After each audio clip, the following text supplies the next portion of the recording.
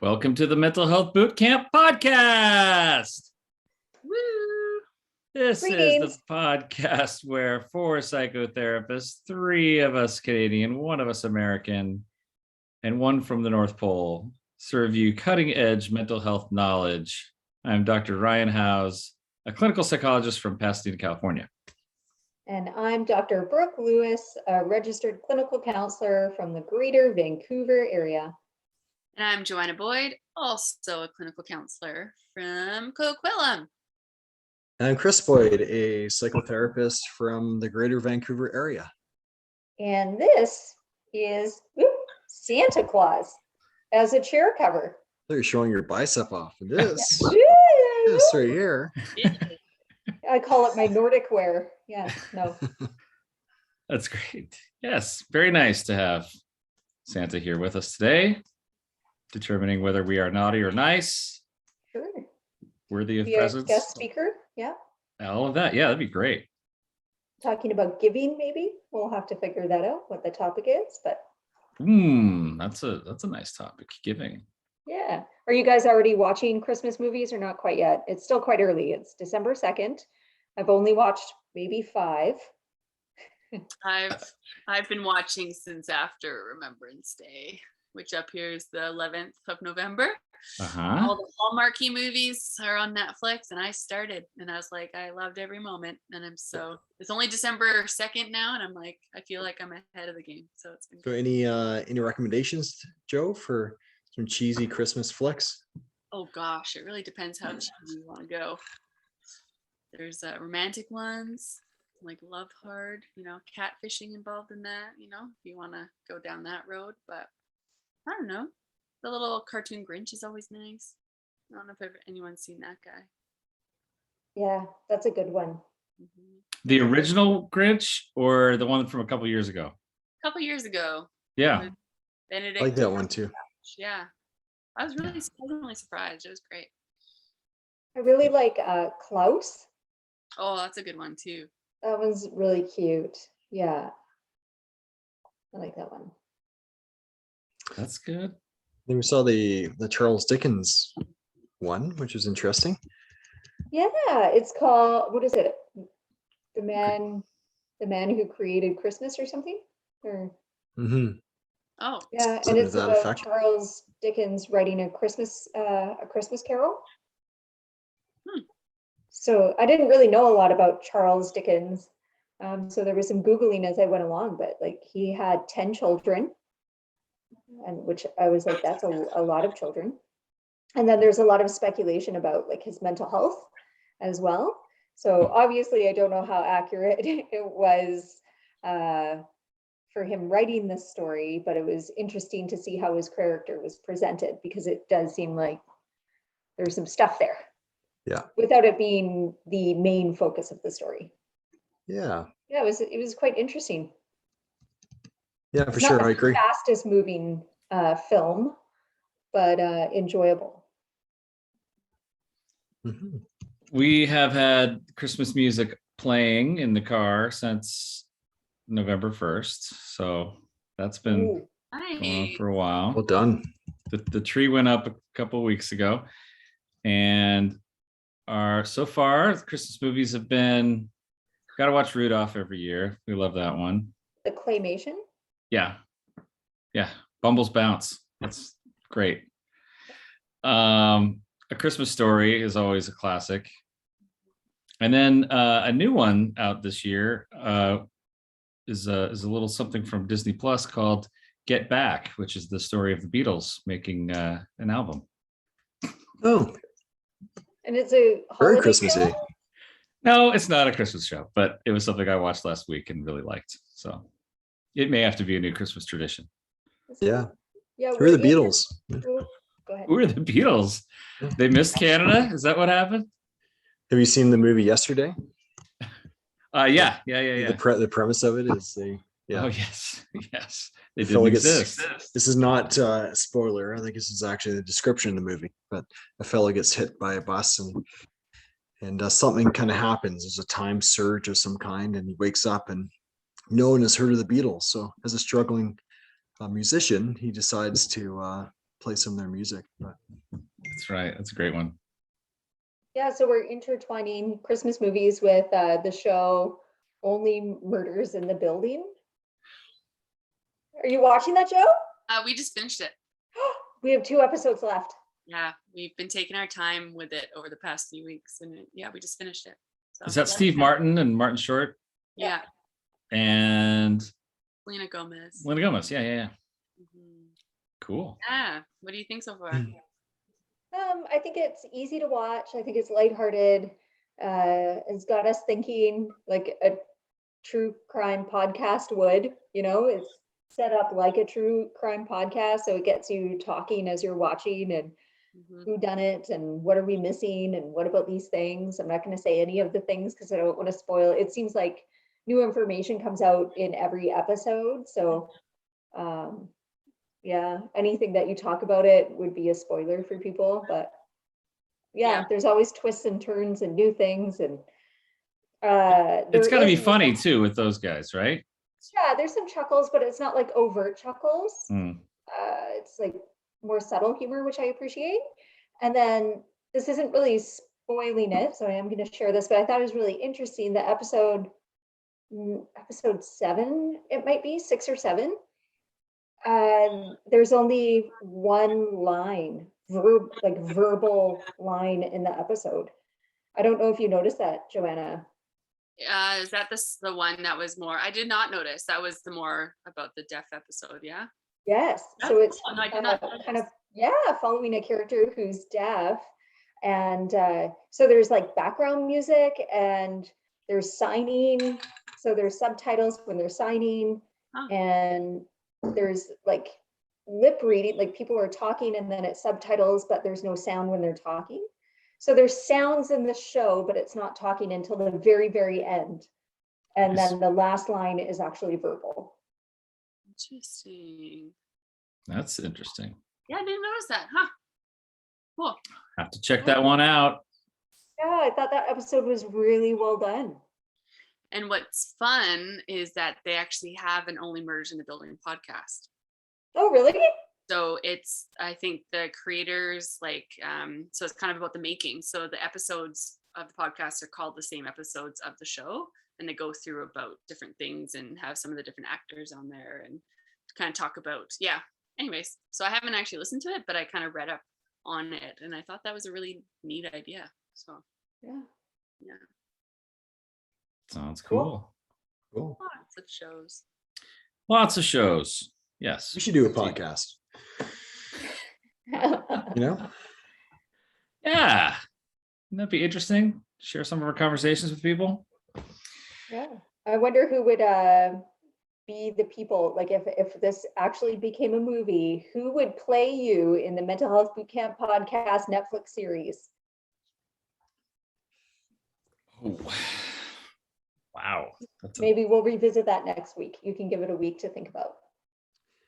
I think for me, it'd be Brad Pitt, obviously. Maybe Bruce Willis, or is B. Arthur still around? Yes. Yeah. No, in my dreams. Think on it. Okay, we'll think on that. Then we Or can come up with people for other people. Ooh, good cliffhanger. that's good. Or if anyone has any suggestions, you can email us at info@mentalhealthbootcamp.com. Tell us who you think would play us in the movie version. Woo! Woo. All right. So Let's ambush. Let's do this podcast thing. And Chris gets to have the honors tonight of ambushing us with his topic. It's coming your way. Right on. Here we go. All right. Chestnuts roasting on an open fire. Jack Frost nipping at your nose. It's that time of year again. Any advice on how I can make it a positive and healthy holiday season? S. Tips for a happy and healthy holiday season. Okay, well, I guess we are in the I'm not fold. surprised by this topic. No? Maybe we did some brainstorming before. I didn't know if this would end up as the topic, but something, yeah. I don't think Ah. we actually relooked at the previous podcast, and we didn't really do one about surviving the stress of the holidays or Mhm. anything like that last year. So Well, mhm. and for those listening who may never have listened before, and this is the first one you're listening to, usually there's no brainstorming beforehand with the ambush. No. Right? It's a very rare one, but it sounds like Chris kind of forgot that he was the ambusher recently. So just up until this Yeah. is a unique situation. And there was no guarantee I was going to use that topic, Joanna, you see. Definitely not. Lots of Ah. different ideas. Like, Yeah. It could have been a red herring like in the past. okay. It's true. Wow, it's a great one. A good one. Okay, holiday Yeah. stress. It's funny. I was just before we started here today, I was talking about the fact that, here in the States, we had Thanksgiving last week, and a lot of this discussions with clients this week have to do with the stress they felt. Oftentimes, people go and visit family. A lot of times, visiting family is great. Sometimes it brings up some old wounds or some old issues, and can kind of stir things up a little bit for people, and that happens twice: Thanksgiving, and then a month later at Christmas for a lot of people, or Hanukkah, or whatever sort of holiday gatherings they might have, can kind of pull them into the stress. And it could be the stress of just the buying gifts and being very social, and during a pandemic, all the other things that are stressors at this time. And for some folks, it is about, like, oh, you're going to visit your family, and then suddenly you're being treated like you were when you were a little kid, and reminds you of all the pain and gripes that you had as a kid, and things haven't moved on. So good topic. Yeah. I'm all for it. Mhm. It's also Yeah. come up for me this week for a few clients as well in a different way, but more the stress of I must, like the holiday. So we had our Thanksgiving, in October, so it's not quite the double whammy. Mhm. So now as December approaches, that stress or pressure, the expectations put on people, often females, the matriarchs of the family, but the checklist of I must decorate well, have good food, host this big meal, have the perfect table setting, do the Christmas lights and the Mhm. cookies and the teachers' gifts, and the checklist goes on and on and on. What was interesting today, I had a session with a client who was remarking that, like, because last year nobody had the gatherings Mm, in person, right? So now this year it comes back. There's all of a sudden this sense of stress as they're thinking about it. But like how she was reflecting on some of the extended family that treat it more like that checklist. Like, I'm going to come to dinner.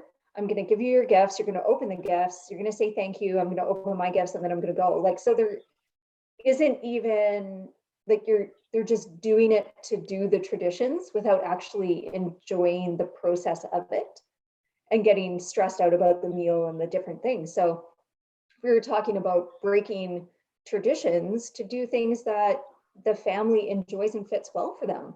I was like, if you're going to have grilled cheese sandwiches for dinner and then go to like mass and sing Christmas carols and watch a movie, then that's going to be great.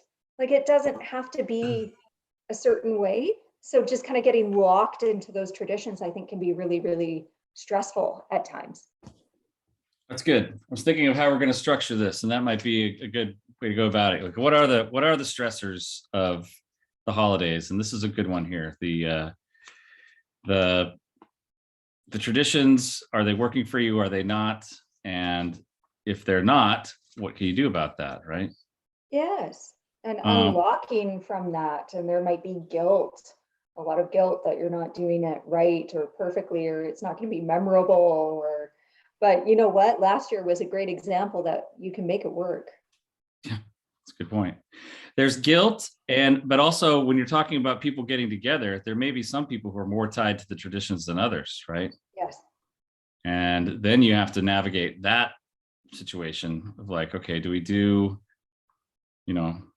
mom really likes us to do the same thing every year, but I don't really like that. So then you've got to maybe have some hard conversations or Yes. sort through that, Yes. right? It Sure. reminds me I don't know if I brought it up on this podcast, but I've definitely told the story to Chris, maybe to all of you, the Black Forest cake at birthdays. Did I bring that up? Bring it up. So Think it's, so. I know it's not Christmas. So all of our birthdays in my family, like while we were adults, my mom would bring Black Forest cake as the birthday cake to celebrate the person, right? Over and over again. And everyone would like eat a piece of cake and whatnot. But then we started having conversations about what cake do you want? And like the year goes by, nobody picks Black Forest cake. And we're like, well, what is going on? And so it's like, well, maybe it's my mom. Maybe my mom loves Black Forest cake and that's why she's bringing it for people. So I brought her Black Forest cake for her birthday and she was like, oh no, I hate Black Forest cake. I was like, well, then why were you buying Black Forest cake for everyone? And she was like, because you guys love Black Forest cake. And I was like, none of us like Black Forest cake. So this is literally, I don't know, maybe 3 or 4 years ago. So maybe at the age of between 30 and 35 in my lifetime, we realized our entire lives, all of us have been eating Black Forest cake, but none of us like it, right? So just having that conversation so that now for my dad's birthday, we have mincemeat tarts. We don't even have a cake. Like you can have what you want and it's okay. Question. What's Black Forest cake? For real? I don't know. I don't know if this is a country thing or not, but I've never had Black Forest cake. I think isn't it based on the Black Forest in Germany? Isn't that no, it's not. I It's don't know. Okay. Brooks had 21 of them, so it's like you could probably let us know. Like a chocolate cake with like cherry and kind of whipping cream instead of frosting. And yeah, it's not. And yeah, maybe some chocolate sprinkles or typically, or shavings, chocolate shavings. That's it. Yeah. Yeah. I don't know why. It all sounds delicious. I don't know why any of us like it. Yeah. Is it, Joe? Yeah. It says it could date back to the 1500s, but it's the Black Forest region of Germany, which is known for its sour cherries and Kirschwauser, something. Anyways, so I think it actually might go back to Germany. So that's fun fact. There it is. So I think it must be the sour cherry piece that we don't like. I don't know.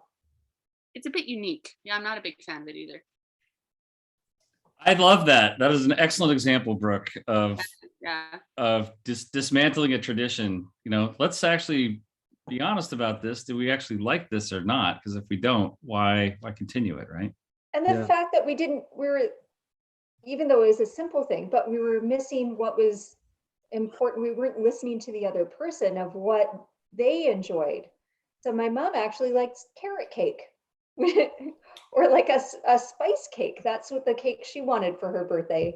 But we missed all of these years getting one that she didn't like, right? So we're missing so much connection when we're not actually allowing ourselves to lean into something different.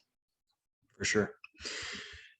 Yeah, I think it brings up a good point is why is it not a healthy and positive holiday season? So is it miscommunication or connection there? Does it bring up feelings of, childhood trauma? Like that could be a really difficult time for a lot of clients out there because it reminds them that maybe they don't have a healthy family dynamic or close connections with family members. Maybe it's just financial. It could be such a pricey time, or maybe it's just busyness. Like there's so many different reasons why it could be challenging, right? Like you could even probably break that down a bit, Chris. Even like, because for financial, right? So what can someone do if they're worried about finances? I think it's to maybe before the holidays, like right now, make a list or think about how much you actually want to spend and be realistic about how much you could actually afford, because it's a pricey time of year, especially if you buy presents. Some people don't go the present route, some people do, or all the kind of gatherings and things like that. It could really add up. And so I think it's okay to have a budget and to maybe do that beforehand, because I think money stress is a big one for people. Also, the big family gatherings, the meals. I don't know if grocery prices have gone up for you guys, but it's pretty gross down here. And people, if you're going to throw a dinner for 10 people or more, you're going to throw down a few $100, and that's significant. So yes, just there's a lot of different ways to spend money during the holidays. That's for sure. Travel, of course, is a big one. A lot of people. So yeah, just having a budget in mind and trying to stick with that, and being able to say no sometimes, right? Being able to say no, afraid we're not going to be able to make it this year, or we're going to do just small gifts in the household or something like that. Or arts and crafts, make things for one another. Yeah, I was thinking of that too, or experiences together. Mhm. There must be a way to have a compromise there, I think, because it's such a tricky thing to navigate, right? If you say, well, we're not going to do gifts, or no, we're not going to travel this year, then might be a lot of hurt feelings as a result, or people may assume that, hey, they don't care about me. So it can open up a bit of a can of worms there. Yeah. But- Yeah. Yeah, and there's different types of gifts. Like if people, with their love language, or if they don't care about me, they didn't get me something, but there could be other things you could do. You can make something. You could have a, do an activity. Be creative with your gifts. Maybe even suggest a budget for gifts for if you're doing a gift exchange, or maybe make it so it is all activity based. Like you can bring your family or friends into it as well.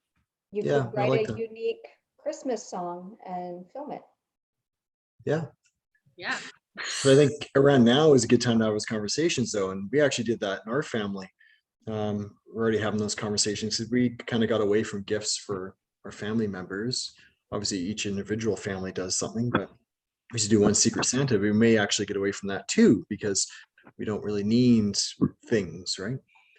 So instead, we may just have an experience, or in the past, we put money towards a trip or something like that, and create memories. But I think presenting it and throwing it out there in conversations or chats and saying, hey, I've noticed that this holiday season is really adding up. Can we do things a little differently? Invite input and see if we can come up with a bit of a consensus there. So like maybe we can't make it out. We can't fly out to Los Angeles this winter, but hey, can we get together in the summer and meet halfway and have a get together then? Sounds good. Yeah. Yeah. Good stuff with the financial stuff here. That's there are ways around it. It oftentimes just takes being aware and kind of conscious and intentional. Yeah, and and communicating. boundaries around who gets those gifts. Again, going back to, like, I understand teachers want to be appreciated and whatnot, but it actually comes up quite a bit for my parent clients who are also struggling financially, that like the extent of the gifts, it becomes so large, right? So we've talked about getting one gift to put in the staff room that they can all share. So, and with a nice card to the staff as a whole, opposed to getting 12 different gifts for staff at the school, stuff like that. Sure. Yeah. It's a lot for people. Yeah. It is. Yeah, it's interesting. Love languages came up earlier. I had a client yesterday who said that one of her sister-in-law loves to bake cookies and present some of the gigantic tray of cookies or tin of cookies each year. She's trying to make some healthy shifts and changes in her life and trying to work out and eat healthier. And so she doesn't necessarily want these gigantic thing of cookies because there's a good chance she's probably going to eat them. But she also realizes that that's their way of giving. That's what they want to do. That's special. And so she's trying to find some middle ground there too. So I'm like, well, maybe take it to your office and maybe share those sweets with someone else. But so trying to problem solve that a little bit, or say, I love the cookies, but maybe a smaller portion or something like that. It's good. I guess piggybacking on top of that made think of like just eating. Yeah.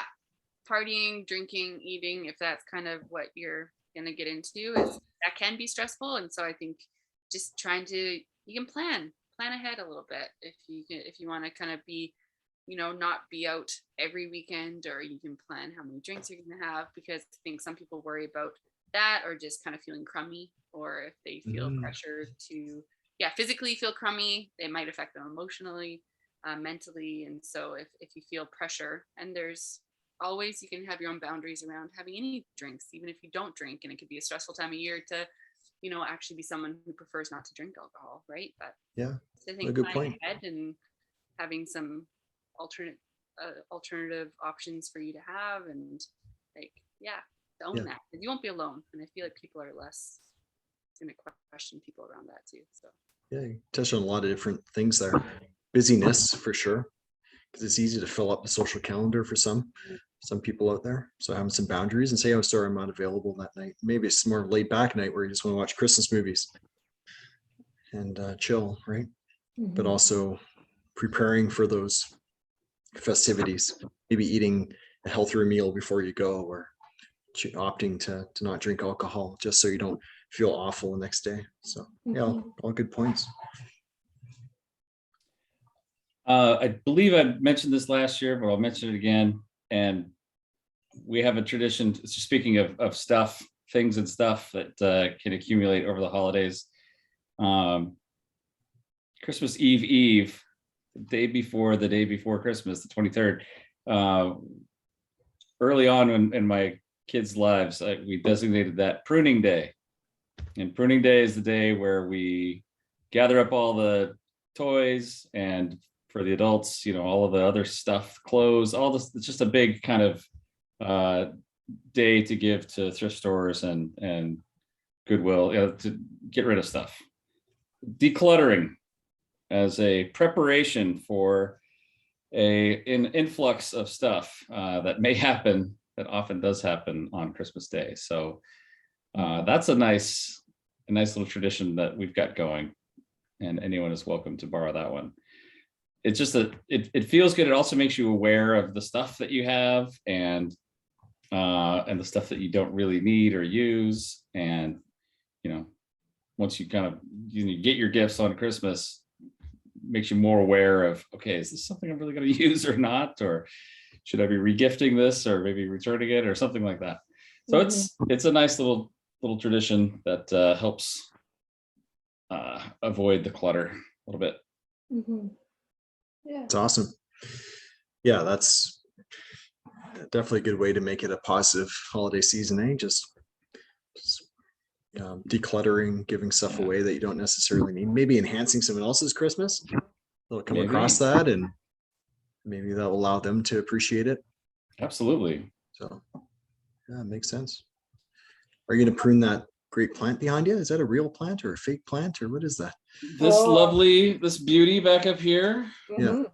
this is regularly watered, but it is fake. It's a Phonius Bolognius? It is. It is a fake plant. Yes. a good fake, I think, is a pothos fake. I have those real ones. Very nice. It looks realistic. Gem. Yeah. Well It's, done. it's That's a good. true gem. I'm not pruning that thing. Yeah. But- Just Yeah. planting the seed. Get it? That's great. And the seed, prune. So Yeah, I was the- gonna say, could we circle back to your Ghosts of Christmas Past yeah, let's sort talk of about that. stuff? Because I think that's kind of also a big meat and potatoes to all of this, is the patterning of how you experience the holidays in your past, and how is that contributing to the pressure or your perspective of what you need to do or must do or not do now. Absolutely. Yes. So again, for a lot of people, they may have fond memories of holidays, but not everyone does, or even having fond memories of the holidays, that nostalgic feeling that they have. Nostalgia is a mixture of sadness and fondness as well. When there's something about that, there's a little bit of a loss when you reminisce on some of those old times, even if they're good times. Like, oh, those aren't happening right now. I'm not a kid anymore. So yeah, there can certainly be a lot of associations that people have, whether it's through seeing the ornaments that you had, or again, some of these traditions or rituals, and especially the people in your life that can stir up a lot of those old thoughts and memories. Mhm. And certainly if holidays were traumatic for one reason or another, That's Mhm. absolutely going to bring back some of those memories. Absolutely. Yeah. Yeah. And not like when we say these memories, like, sure, there might be something traumatic. I have had a client who Christmas Eve was the day her family broke apart. Like Mm, her mom didn't come home Christmas Eve. mm. There was an infidelity happening. The dad was very upset and crying. That was like the marker of the family breaking apart. So that would be a larger one.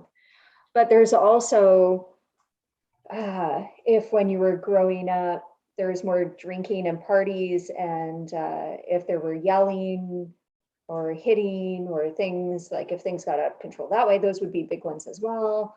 Or if your parents or family, extended family members in general, were holding stress themselves, so that as a small child, you pick up on that and you can see that your parents are so stressed. And so then you start associating Christmas time or holiday time with stress because you've absorbed that from your parents, right? And then it lingers on. For sure. Yeah, grief is huge as well. When you lose a sorry, when you lose a friend or family member or whatever it might be, it's that first Christmas or first holiday without that person that you love and care about the most. So, and especially if the death happens close to Christmas, then I've actually seen this so many times or heard about this so many times that sometimes Christmas is off after that. Just Yes. since they're closely connected, people don't decorate anymore. They don't Mm. celebrate anymore. So grief Just for is, that year or for good? I've a lot of Yeah. stories of just Many years. many Mm. years, that year and on. Yeah. So Mm. I think that especially happens if the death occurred close to Christmas. Whereas if someone died the year or, within the year prior, it's a tough Christmas, but usually you still celebrate Christmas is based on I've learned, but grief. And just quickly on that, so I think, naming all these different reasons and for why it might be difficult, but for grief, so to help yourself that way, I think it's just to normalize. I think it's okay that grief, usually with a loved one or a loss of some kind, will come up around anniversaries and holidays. So Christmas is one of those. And so I think it's just to really normalize that you might have feelings of sadness, and that's okay. It's not a bad thing. And just to really help yourself if those waves of sadness come. So chat with someone, reach out, do some writing, get outside, just really kind of accept that those things will those feelings will come, and it's okay. And just give yourself time to focus on them and then kind of get immersed in other things. So just, don't ignore it, but it's okay. True. Yeah. And maybe for those who, if the loss is associated with Christmas, I think it can be quite important to still try to maybe do something Christmas related, maybe decorate a little bit. Doesn't have to be as much as the year before, but maybe not to step away from it completely or avoid that completely. If you enjoy it. If you enjoy it, I guess, yeah. But I think there's so many ways to recreate the holiday season, and there's so many different preferences in terms of how people want to enjoy that time, right?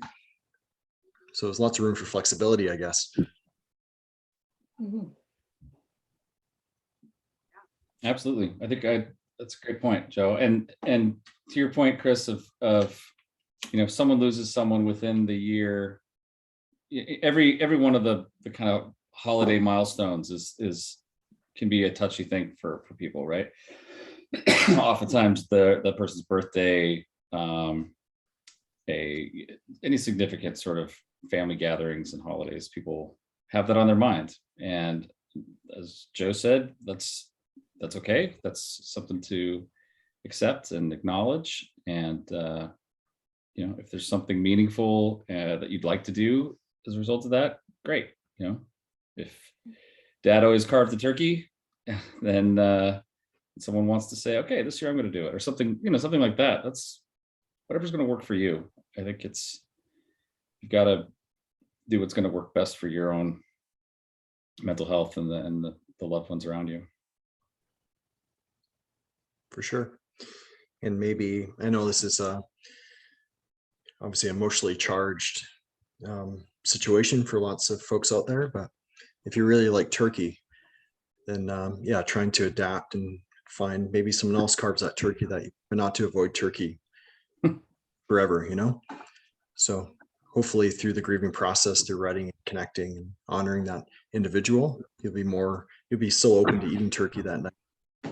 I feel avoidance can kick in as one of those defense mechanisms. And as a result, a holiday that you tend to really love and enjoy isn't that anymore. Sure. It's also okay to, if holidays are something you do enjoy, and if there is a loss, it is okay to have some of those nice feelings. I think people might feel like they can't be happy, or they can't laugh, or when they're grieving, or if they're missing someone, but it's quite the opposite. All those feelings are allowed to happen, and you're allowed to smile and laugh, and still be missing someone. So don't need to cancel all the good things, but yeah, just take care of yourself as best you can. That's a good point. A lot of people feel like, oh, is it disrespectful for us to be enjoying this time, even though this person is gone, And oftentimes someone will bring up, well, they probably would have wanted you to enjoy it, right? They would have wanted you to carry on and to have a good holiday and not just be, miserable the whole time, right? Sure. A lot of people out there, they don't have the closest connections to their family, and there's ways to recreate that holiday with friends or to do things a little differently, right? So it doesn't have to be a time that you spend with family. It's the quality of your connections in your life, right? So it's nice to see that, like Friendsgiving and people creating these new traditions with friends for Christmas as well. I think it's a very positive thing. That's a really good point too. There are people out there who are completely estranged from their families, where there is grief, but it's not because somebody has passed away, but it's because they no longer talk. And helping those people then find, connection and fulfillment, meaning, purpose, joy, celebration during this time. So it's okay to reach out to friends and to find your own way. Yeah, or better yet, if there's someone that might be in that situation in your social network, call them up and invite them over to join your festivities, right? Yeah. And if Christmas, you might not have people to connect to, and just kind of you can make a nice little routine for yourself. You do something a bit different that you don't usually do, and because some solitude, some alone time doesn't need to be the worst thing ever, even if you are a busy person, like taking some time for yourself. But if you happen to not have a lot of social connections, that's okay too. I think there's hopefully different ways you can enjoy yourself, kind of connect with the Christmas spirit, if that's movies, or going out looking at some lights, or just taking some time to read a book that you've been wanting to read, or something like that. Or binge watch one of the series we mentioned earlier. Yeah. The Beatles Get Back. I recommend it. You may not have heard of that up in Canada, but how about the adult child going to visit other family members? This is something that I hear about oftentimes, right? Someone goes home to visit family. Their siblings are adults, they're adults, the parents are there, and they suddenly find themselves in this similar dynamic that they had when they were a kid. Like they were the youngest at that, in their family, and they were treated like the little kid, but here you are, 35, and you're still being treated like you're the little kid, or whatever sort of role that might play. It's not all about just birth order, but you were supposed to be the fun-loving one, and you're supposed to lift us out of our funk, whatever the role might be. And people talk to me about the fact that, gosh, they go back and they feel like they're put in that same box, a box that they've been trying to get out of in the rest of their life for so many years, and it feels like within minutes, they're like right back into that same old spot. You guys Mhm. ever hear about this? Absolutely. It's like they're 10 years old all over Mhm. again and they're Yeah. stuck there. Yeah. Mm-hmm. So Mhm. what would you suggest of how someone kind of deal with that, Ryan? Or how can they, yeah, be prepared for going into those environments? Well, I would definitely say that that awareness is key. You know, if this is something that happens every year, then as you're going home, you could kind of prepare for that a little bit. Prepare yourself and say, okay, I'm going home. I'm going to go sleep in the twin bed that I had when I was a little kid. My posters are still up in the room or whatever it might be. And know, okay, I'm going to feel this pull to go back into the same old spot. But I think it's possible to be a bit proactive about that and say, hey guys, I'm an adult now, and here's some things that I'm interested in, and maybe even talk to that very process. You know, sometimes I feel like we slip back into being kids again, and I'd like to have a different relationship now where we're all adults and we can talk about different things in our lives. Because oftentimes I don't think the family members are intending to do this to a person. They're just relating like they always related, and it kind of slip back into an old role. And they might not know that that doesn't feel comfortable for you. So just putting a few words to it might be enough to kind of shake people awake and go, "Oh, wow, I didn't realize that. I didn't realize I'm bossing you around like I did when I was 12 and you were 10. So yeah, of course, I don't want to treat you that way. Let's do this differently." Yeah. Sometimes it's just about having a little conversation with the family members to talk through that.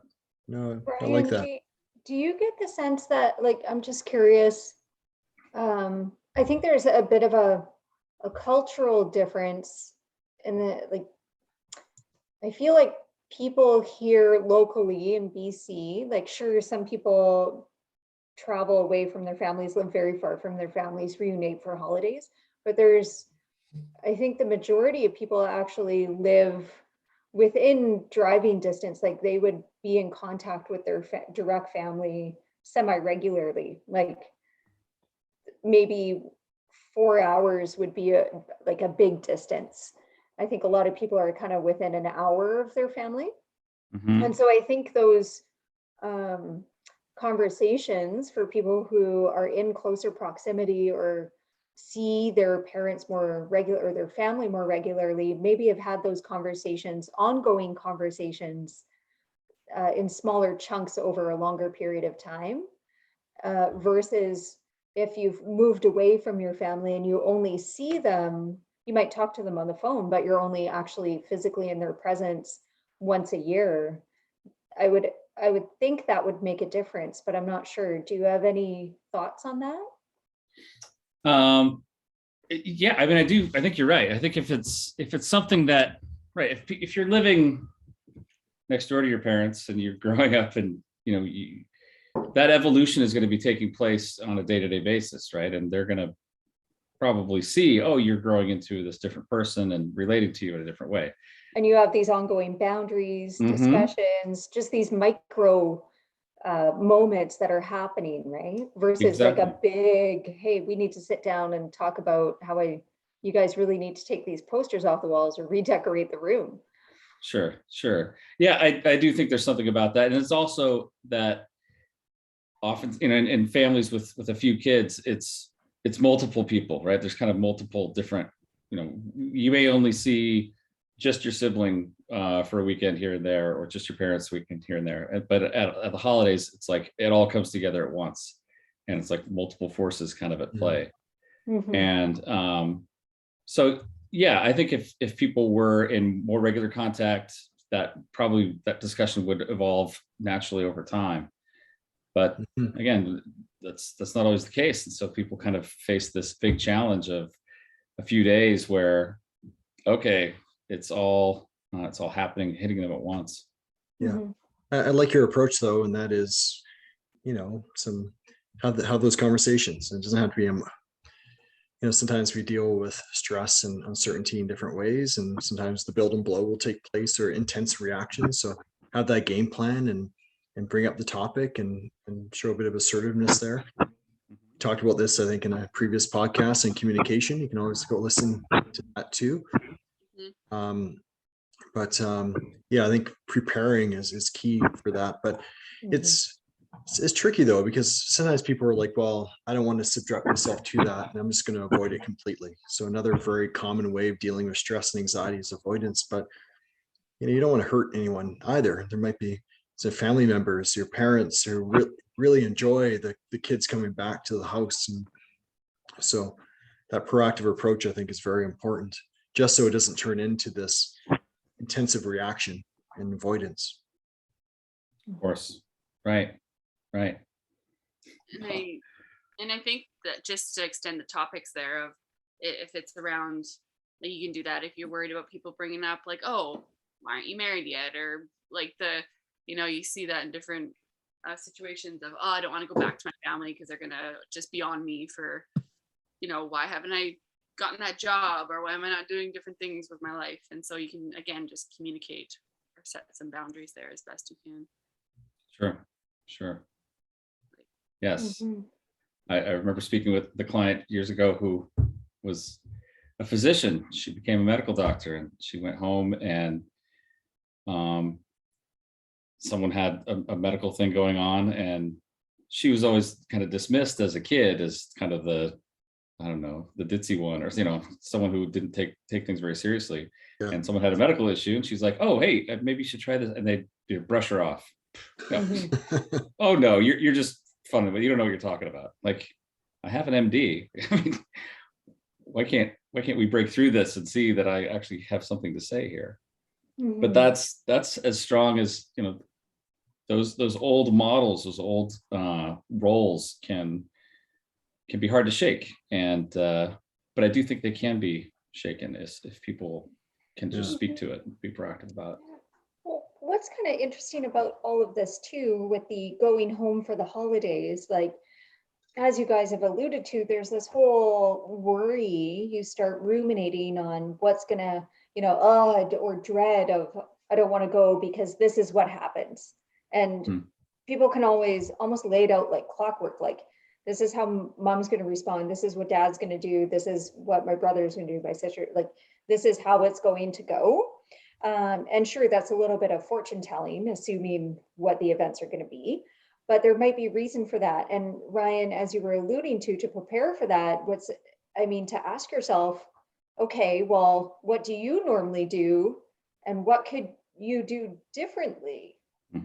And clients often, just to break that mindset of like, right, I can leave, I can go for a walk, I can go for a run that day, I can meet up with friends, I can say no, I can put a boundary, you can still do those things. And they get worried on what the response is going to be, but ultimately you are an adult and you can say no, and you can make a different choice.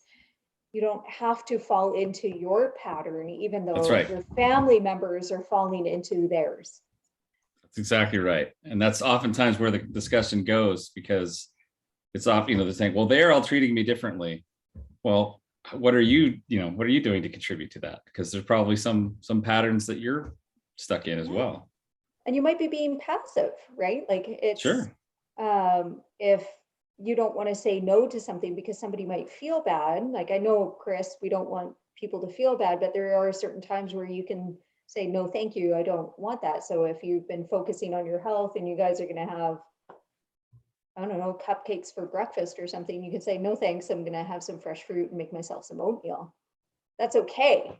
That's okay to do. Give yourself permission to do that. Yeah. That's right. You're exactly. And in fact, that same feeling of, oh, these people are doing this to me, may have been your own feeling as a kid. And as an adult, maybe you wouldn't do that with coworkers or, people that you met down the street. Yeah. That's you being stuck in that childhood role, And it's okay to tap into your adult self and say, what do I want to do? And is that going to be okay? And I think it's important too, just self-care for you personally. Like, if you do need space from your family to take that space during the day. If you need to go for a long walk, or if you're going to go check out a coffee shop or visit an old friend, or if you need to take a couple hours and just break out of it, I think that is perfectly fine. That's right. Sure. And also, it doesn't all have to be on Christmas Eve and Christmas Day. You can do activities that build up to Christmas too. It's kind of a practical idea there. Sometimes the 3 or 4 days around Christmas are so jam-packed that it's not even enjoyable. So That's right. ultimately, it's all about connection and having fun. And if it's no longer fun, then I think there's a bit of an issue there. Well, yeah, and we were talking about the scenario of people going home for Christmas. You don't have to go. You can do your own Christmas. You can do other things. It's not again, you're an adult. There's not that same obligation. Yeah. Yes. Any other stressors we missed? I'm sure we missed quite a few of them, but I think we touched on some main ones though. Yeah. Yes. Do us all a favor and keep discussions about politics and religion out of the dinner table discussions. Yes. Yeah. Possible. Or vaccinations. That's actually reminder. a stress for this current holidays, because last year, again, COVID stuff. Or here, you had to stay in your household, so there was a lot of Zoom connections during Christmas Eve and Christmas Day, but not in person. And this year, the conversations have already started coming up. What do I do if my aunt, uncle, cousin, whoever it might be, is not vaccinated and the rest of us are? And what do you do? Do you exclude them, or how do you manage that, or what do you do? And so that's an extra element for this year. That is an extra element. And I would encourage you to be honest about that with people. If you don't want to get vaccinated, or you're not getting vaccinated, be honest about it. I've heard enough stories down here about people who throw the holiday party, say that they're vaccinated, they're not, and then it comes out afterwards, and it's just, well, we just wanted to see everyone. Look, that's not safe, to say the least. Yeah, I agree, honest. Brooke, that conversations come up so often, right? Yeah. And that is, I agree, Ryan, honesty is key. A compassionate approach and trying to find some middle ground. And maybe we talked about this in a previous podcast too, maybe agreeing to disagree and just not talking about the politics and the vaccination policies for that gathering, and whether that be outside or whatever that looks like. So hopefully people can find some middle ground there where everyone feels safe and they're able to connect in the way they want to connect. Yeah. I guess a big takeaway from this whole discussion is, I think one of the best ways to avoid holiday stress would be to just take a few minutes right now and think about, what do I want for the holidays? Mm-hmm. What would my best holiday experience be, and see how close you can come to crafting exactly that for the holidays. Mm-hmm. Yeah. Instead of, again, what other people's expectations are, or what the tradition says, or what you've always done. What is it that you actually want? Yeah. And I think you'll find that the closer you can come to that, the more stress-free you will feel. Yeah. I like it. Must be a little bit tough though, because I'm just thinking conflicting ideologies, right? So let's say my preference is, as a daughter in my family, that I want to spend it at home, watching movies, reading books, playing games, hanging out with my dogs, even though my parents live 15 minutes away, my brothers live 30 minutes away. But maybe I want to spend it more in solitude, and I'm going to push for that. And let's say my parents perfect situation is to have the whole Yeah. family together, right? There's going to be a conflict there. Sure. There's going to be a conflict there. So I think Or that even like, within a household, a spouse or partner may have a very different view on that. absolutely, yeah. Sure. And last year, no one could see anyone. So a lot of families do the trade-off. When do you see what family? How does that work? And because Mhm. last year was off, does that throw your rhythm off? I don't know. But, I think that there is an element of compromise as Yes. well.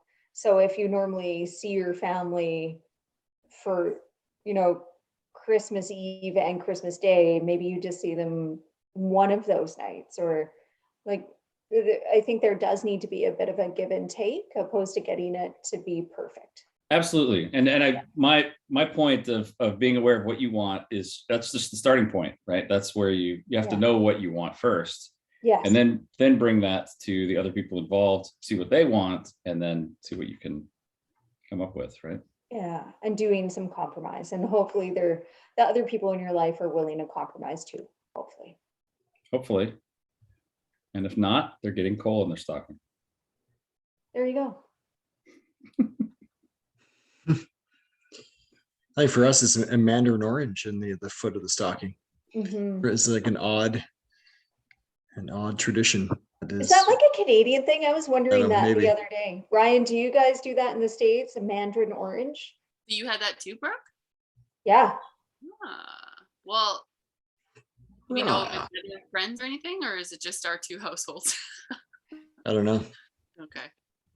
Yeah, but interesting, like, I don't know if it's a lineage thing. So I do have English and Irish, and you guys have English and Irish.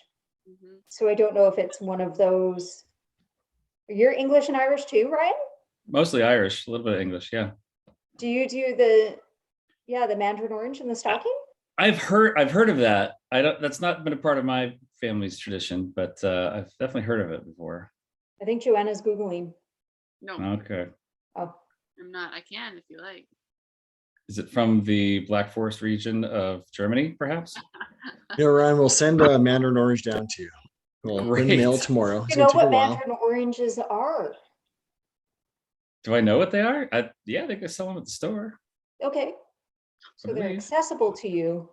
Yes. They just don't end up in the stocking. It's like at the very toe. It is the last thing that you retrieve from your stocking is the mandarin orange. Is it a good thing? Is it a positive, or is It's just there. it's just there? Okay, it's just always there. Our brother, Joanna's brother Jeff, really doesn't like mandarin oranges at all. Hmm. So he was convinced that Santa existed because, of course, his parents know that he hates mandarin oranges. So why the heck would be a mandarin orange in a stocking each year? That's it. But- It's perfect. But I guess that's part of making Christmas a positive and healthy experience. There are articles on it. Oh, she was Googling it. No, I And? just, and it says, well, someone researched it, and it says they were a rarity in England, so they're seen as a real treat. English thing.